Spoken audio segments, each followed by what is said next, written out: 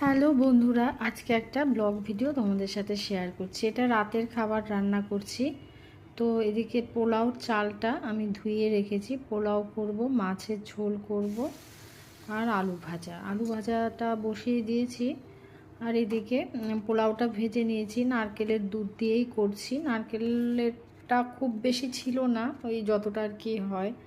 আর তার সাথে একটু জলও মেশালাম আর নুন চিনি দিয়ে দিলাম। পোলাওটা হয়ে গেল। আজকে অ্যাকচুয়ালি যেহেতু শ্রাবণের তৃতীয় সোমবার, তো আজকে নিরামিষ, বাট আমি ভাত খাই।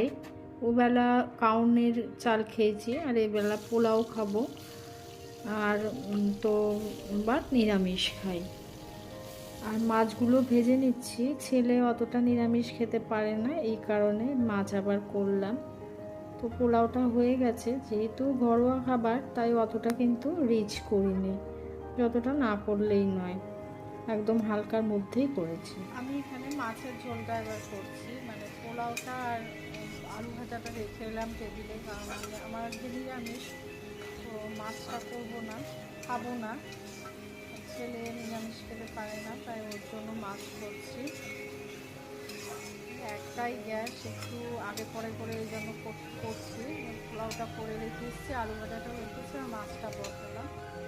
মাছটা তো ভাজা হয়ে গেছে আর আলুটা না সেদ্ধ করে নিয়েছি। তাতে কি হয়, একটু তাড়াতাড়ি হবে।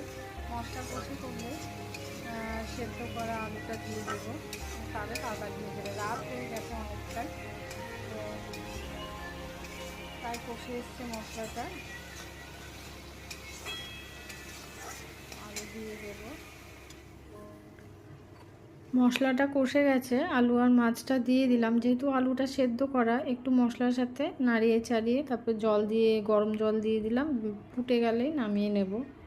মাছের ঝোলও রেডি হয়ে গেছে। আর প্লিজ আমার চ্যানেলটিকে সাবস্ক্রাইব করো, লাইক করো, আর পাশে থেকো। অবশ্যই লাইক করো, সাবস্ক্রাইব করো। আরও নতুন নতুন ভিডিও, ব্লগ ভিডিও তোমাদের সাথে বা শর্ট ভিডিও শেয়ার করব।